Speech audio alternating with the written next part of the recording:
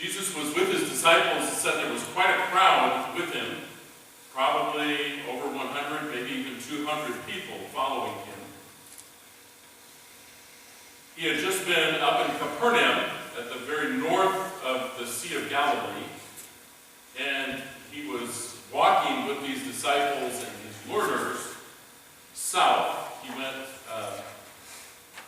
all along that the shore, western shore of Lake Gennesaret, or the Sea of Galilee, further south past Mount Tabor to this village of Nain.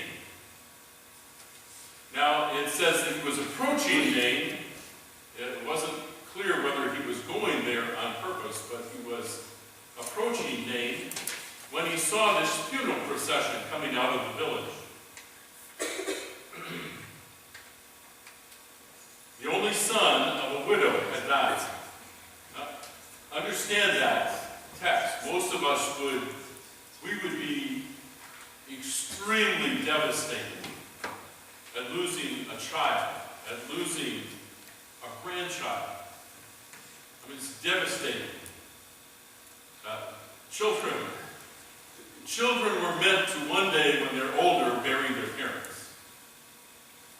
Not for a parent to bury a child. This would have been a young man, and he would have been likely a teenager. He was mentioned that he was a man. That meant he was more than 13 years of age. But the word in the Greek really means young man. So likely he was 14, 15, 16 years of age. The whole town was going with her, and it was customary at that time that just so you got to cry. Now, see, it's Minnesota where we try to not cry during weddings, right? And not cry during funerals. We can make it through a wedding, make it through a funeral. We think we're a good Minnesotan, and especially the men. But it was meant, you were meant to cry at a funeral. In fact, if you didn't cry at the time of Jesus, they had extra mourners that you paid. Those often were women, and they accompanied the funeral procession, and they were really good at crying.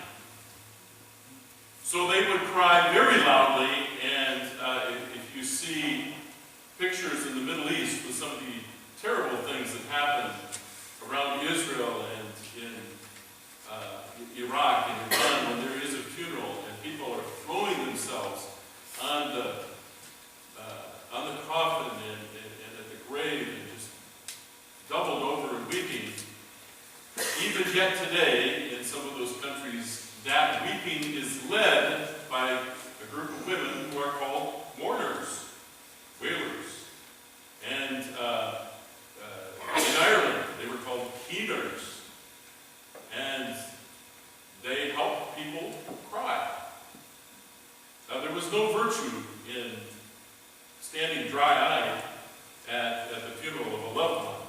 So there were quite a few people following this procession because it was such a dilemma. A woman at this time had to belong to a man. To be in society, a woman had to belong to a man. A young girl belonged to her father.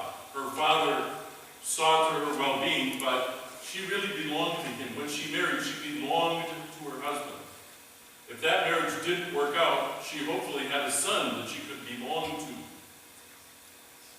If not, she went back to her parents or maybe to a brother's home. Because a woman, to be reputable and to have someone provide for her needs, had to belong to a woman, to a man. If not, she belonged to everyone. So, this woman was in a terrible dilemma. She was a widow, and she was absolutely devastated at losing her only son, but her only family member, and really her future. She followed this, carrying the body out. They come out of the gate, and And Jesus has deep compassion for this woman.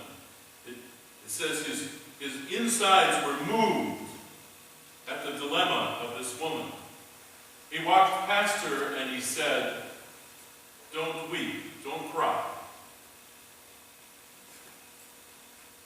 Well, that was contrary to all the women that were helping her cry. And he walked up to the bier, or that would have been this platform that they were carrying on which the body rested. This body would have been wrapped very tightly in cloths. Very likely, the young man had died that very day. As in many parts of the world, a funeral happens within 24 hours. If they die at night, they're buried by 3 or 4 in the afternoon. If they die in the early evening, they're buried by 3 or 4 the next afternoon. If they die at 7 o'clock in the morning, they're buried at 3 or 4 in the afternoon. And he would have been prepared for burial. The family would have mourned and cried and held at least a short wait. And now they were going to the cemetery. Jesus walked up to the body, and he spoke to this young man. He spoke to him and he said, "Young man, rise up," or "sit up." It said, this young boy did. He sat up.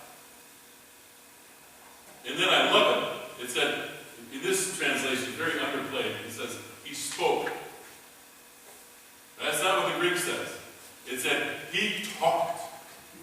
I don't know about you, I've got one granddaughter that talks. She loves to talk, and it's fun to get on the phone with her because she talks, and she talks. Now our son, you have to pry words out. But this young man, when he sat up from the dead, he started talking, and he wasn't going to stop talking soon. And everyone just sat there open mouthed. He didn't just sort of breathe and sit up. No, he breathed, sat up, and started communicating.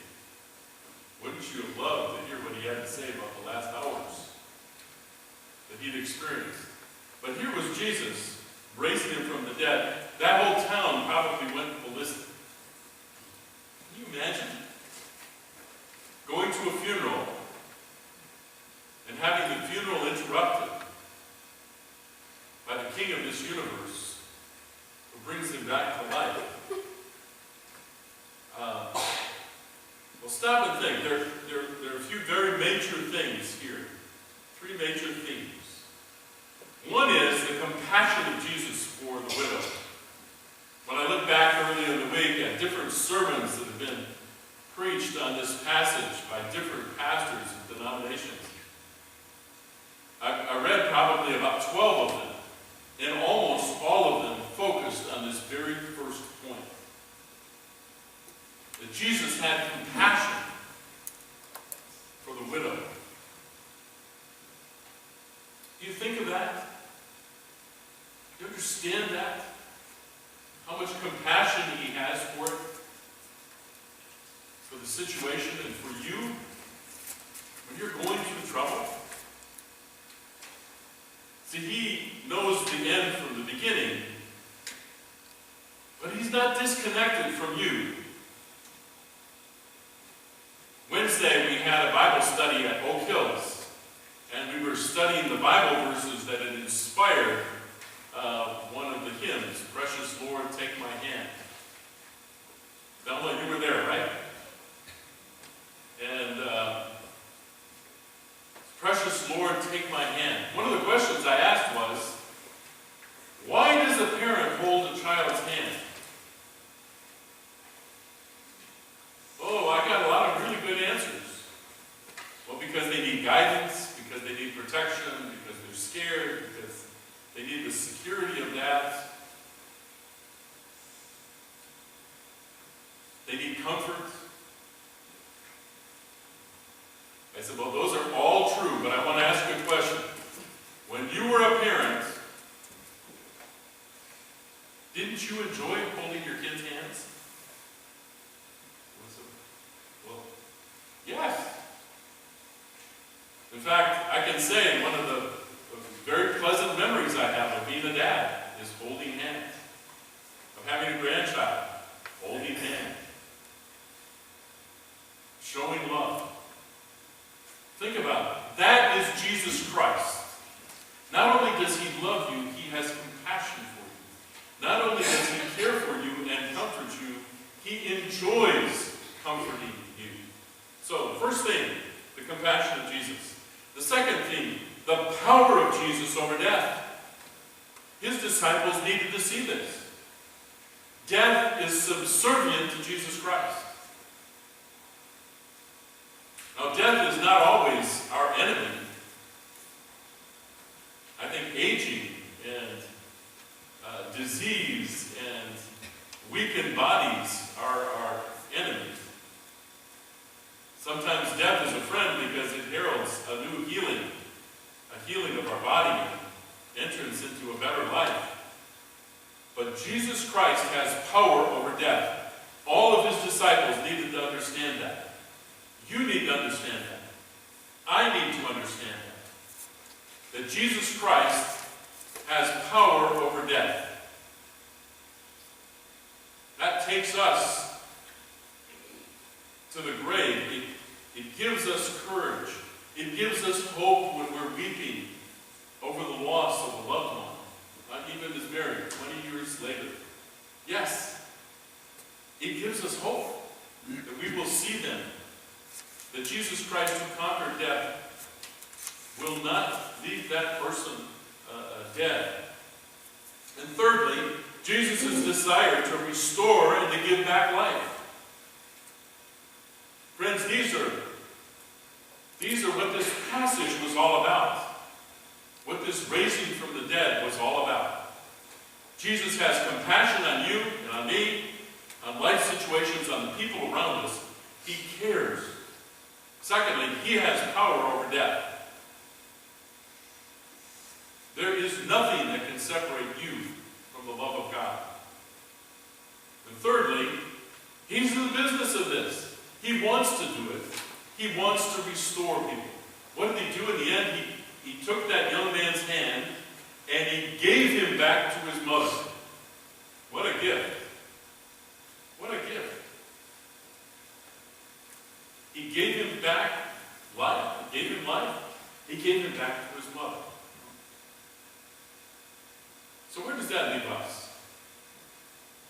To understand that Jesus Christ is alive today and he still is carrying out these things. He's still having compassion, deep compassion and caring on the people that are hurt. He still has power over death. You and I have attended far too many funerals. Far too many. We miss deeply ones that we love that are no longer with us, they're with the Lord. But he has power over death. Understand, that's still true. And it's still true that he desires to restore and to give life. The thing is, he has called you to do that, me to do that, the church. He is still in the business of raising the dead. He's still in the business of showing compassion. He is still in the business of changing lives and giving back hope and a future. That's his job. He hasn't quit because he went back to heaven. He merely handed it to us, the church. One of the reasons why just about 2 years ago, next month it will be 2 years, when I first showed up at this building and first met with committees, and we were all pretty excited about the future, one of the questions I asked, and I asked a number of people who are still in this room, they haven't deserted me yet, I asked, how does Oakwood love New Ulm? How do you love this town where you've been put? How do you show love? How do they know that they're loved?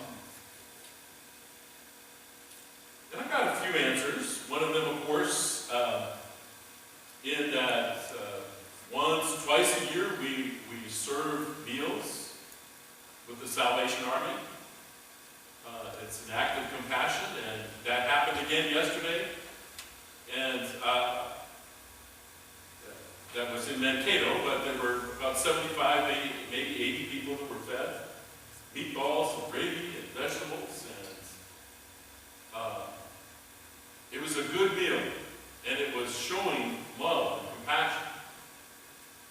And my understanding is that Joan didn't have to ask but once for the volunteers, and she had more than enough volunteers. I'm really pleased with that. Then too, we have the food pantry, and we're involved in the food pantry, as we have been. And we have volunteers for that. Since then, though, I think we've stretched ourselves some. We've become involved in community funerals and giving out Bibles and just showing love to families that maybe don't have a church or don't have a church connection in our town. We've done that a number of times over the last 2 years. We've come then to adopt Jefferson Elementary with emergency clothes, with emergency school supplies. We brought boxes and boxes of school supplies for the neediest kids in the school. Teachers were just really thrilled at being able to dive into that box when they had a student that needed extra supplies. We gave out encouragement, we continue to give out encouragement gifts to teachers and to staff. And now we're into a healthy snack program. We'll be talking more about that this summer, because that will begin in September, go on for a couple of years. And as I was sitting with the principals and school counselors and the gal that runs the food service,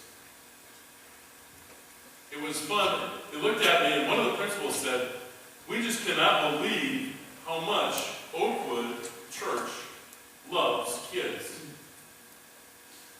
I said, "Oh, you've caught on." Yes. And we have yet to do more, but it was like this agreement around the table. We just cannot believe that there's a church that would step up and do this kind of thing to love the kids in our school.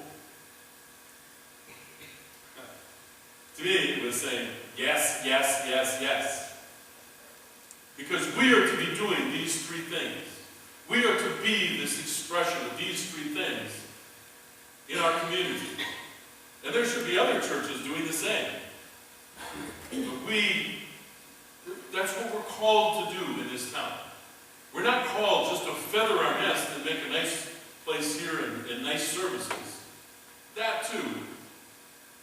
But we are called to have compassion on our neighbors, to speak a word of life where there's death. It doesn't get better than feeding hungry kids.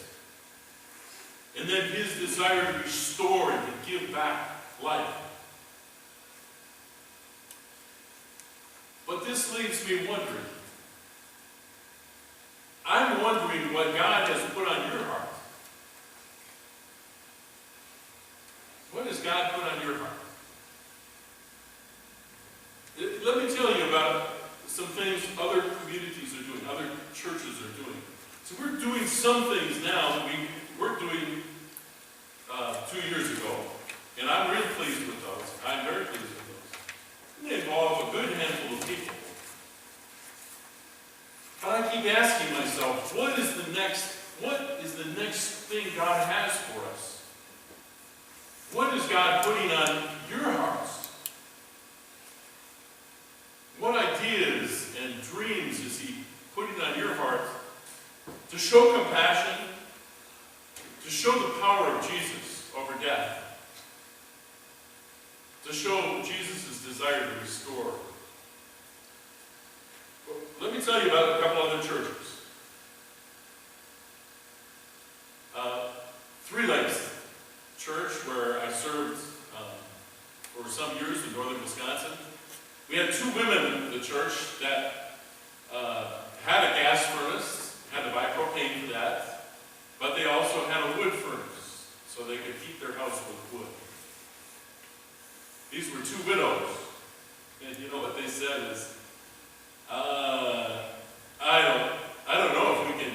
I don't know if we can heat this house with gas.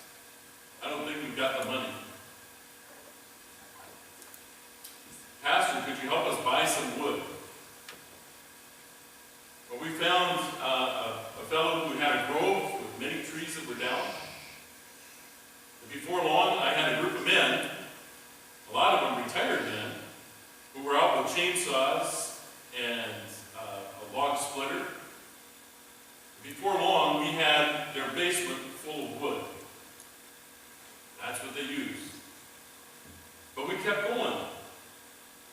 Very little expense. People heard about what we'd done.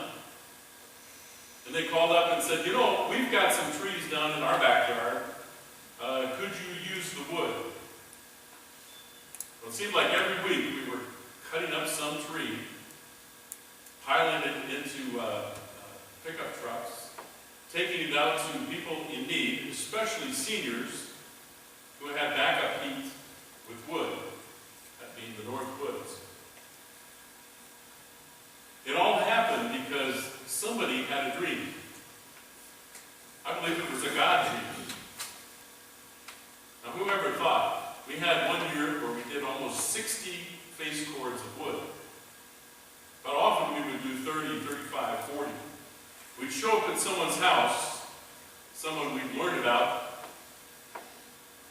who needed wood and couldn't physically put it up like they had before or couldn't afford it. And we would show up at their house with a string of about 5 or 6 pickup trucks filled to the brim with wood. I'll tell you, that was a lot of fun. It was fun, and we began to be known as a church that cared about people. So people in the Northwoods understand, they might not understand theology, but they understand kindness, and they understand wood. Okay, that was just a project that suddenly God put on a heart to do more than just for 2 women, but to make a ministry out of that. A church in Eden Prairie. Some years ago, a ministry started in a church in Eden Prairie. When a gal pulled up in the church parking lot, found the church custodian. He was retired, this member of the church, but working as the custodian. And she said, I've got a baby bed, and I've got a couple chairs. Is there somebody that I could give those to? And he was a bit of a picker, scrounger, saver. So before long, the baby bed and the chairs were in the fellowship hall, in the corner of the fellowship hall. Then came a sofa. And then came some other chairs. Then came a dresser. Then came a bed. And they started getting in contact with shelters and with groups that were helping young women, especially single moms, set up a house with furniture. Well, before long, they were helping people. There were pickup trucks pulling up, dropping things off, and pickup trucks pulling up, taking things away. There was one trouble, though. When you try to, I can give you a secret about this. Whenever you try to give to God, He gives back. And He's just better at it. So before long, this church had every corridor was lined with old sofas and easy chairs, and the fellowship hall looked more like a lazy boy repository. Tables, beds. Until the pastor one day called the custodian and some of his friends, and he said, "Get this furniture out of my church." Guess what they did? They said, "Well, yeah, we've got too much furniture for this right now." And they found a storage shed, a large storage shed. and moved furniture into it. They are now called Bridging. And each month they provide for recent immigrants, for young people trying to set up an apartment, for single moms who have gotten out of rough situations, for people that have need of furniture. They are a huge provider in the Twin Cities. They only take good stuff. They'll pick it up. They screen the clients through other groups and give out furniture. It is amazing. You can only go once. You can't go twice, 3 times. You can go once there, and they help you choose. Your responsibility is that you have to find transportation to get the furniture to your house. That's really your cost, the only cost you might have. This is a very valuable ministry in the Twin Cities. They have volunteers, not only from that very first church, maybe that's the largest number of volunteers. They have volunteers of all kinds of denominations. They even have Muslim volunteers. Because people have been so touched by this ministry. Well, it started because somebody had a dream. That dream started with a dresser, a table, some chairs, a baby crib, and a few other pieces of furniture, and then more and more, and finally they saw, there is a need. And we could be fulfilling that. Somebody had a dream. I believe it was a God dream. I gotta believe that there are some dreams in this building that have yet to be. I think they would be valuable ministries, showing love to our town. And very likely, many of them will not cost much of any money to get started. We're not talking about launching a huge, huge project. We're talking about finding a niche, hearing God's voice. I've been asking myself, what is God saying to the members of Oakwood? What is God saying? I got to believe that there are a couple people out there hearing God's voice. Now, we just came from conference, and Joy and Kevin and I had the joy of hearing Sue Kibbe speak. It was a very inspirational time. Sue Kibbe is with the conference, the Ohio conference. She told about one of the churches in Ohio. Women came to their pastor and they said, "Pastor, we have a big problem. The donut holes are disappearing during church." And the pastor said, "The donut holes." "Yeah, Pastor, the treats. We get done with the service and there's not enough treats left." Well, their pastor, she was a little cagey there. When it came time for the offering and they were taking up the offering, she snuck out. Went over to the fellowship hall, and guess what she found? A bunch of neighbor kids stuffing their cheeks like chipmunks with all of those wonderful treats. She came back and she reported that to some of the women that were playing. And of course there were, when you talk about that, the very first reaction, maybe, I don't know about you, my first reaction in every situation is not the best reaction. Well, one of the first reactions she had was, well, why don't the parents of those kids feed them at home? Can you imagine? We would have never done that when we were a kid. Well, we could have gotten away with it. Most of us were too watched to be able to get away with it. And there was a bit of grumbling, and after a while, I think it was a day or two later, one of the women in the church came back and said, "Pastor, I love to cook for my grandkids. What if I make breakfast before church on Sunday before those kids and any other kid that wanted to come, they could eat good food?" and stuff their faces like chipmunks with good food. Well, the pastor said, okay, find yourself another couple of volunteers. Oh, that's a big secret. That's a big secret to success. You're not going to launch a new ministry by one or two people doing it. You need to have a backup team. And you don't want to burn people out. So she found a couple other volunteers, and they started coming early on Sunday mornings and making breakfast. Upshot of that is, probably not too many people know about that in the neighborhood.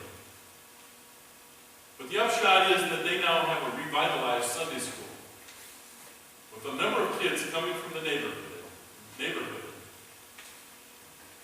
who would otherwise have not been in church, but felt really, really welcome. So I say these things because I wonder, how is God going to lead our church?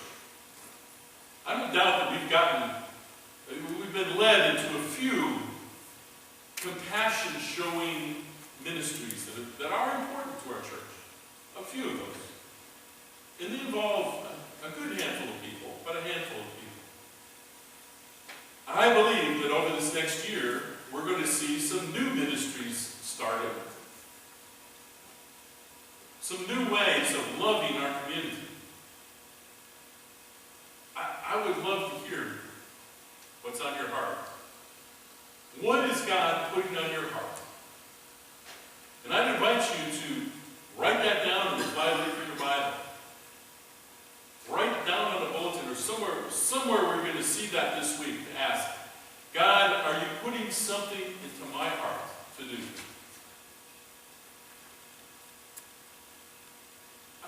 I believe that they could be ministries that would be probably unique to this situation, to this church.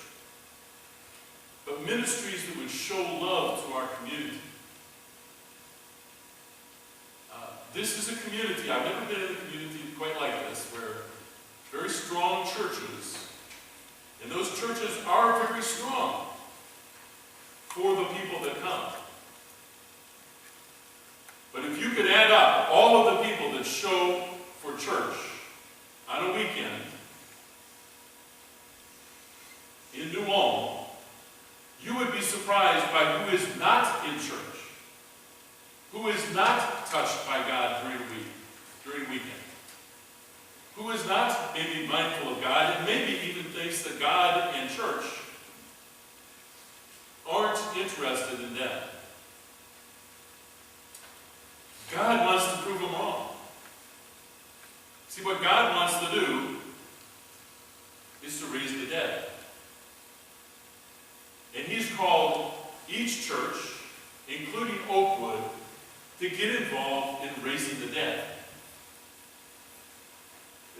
See, most of us, by nature, most churches will ignore the plight of people around them. I don't know why, but that is what happens. They treat people pretty well that come through the door of their church. But God is interested in the ones that aren't coming through the door. So what is God putting on your heart? You could be asking that. I've been asking that. I've been praying about that. I'm really excited to learn what God is doing, what God has plans for over this next year. So be in prayer with me. What is God putting on your heart? Amen.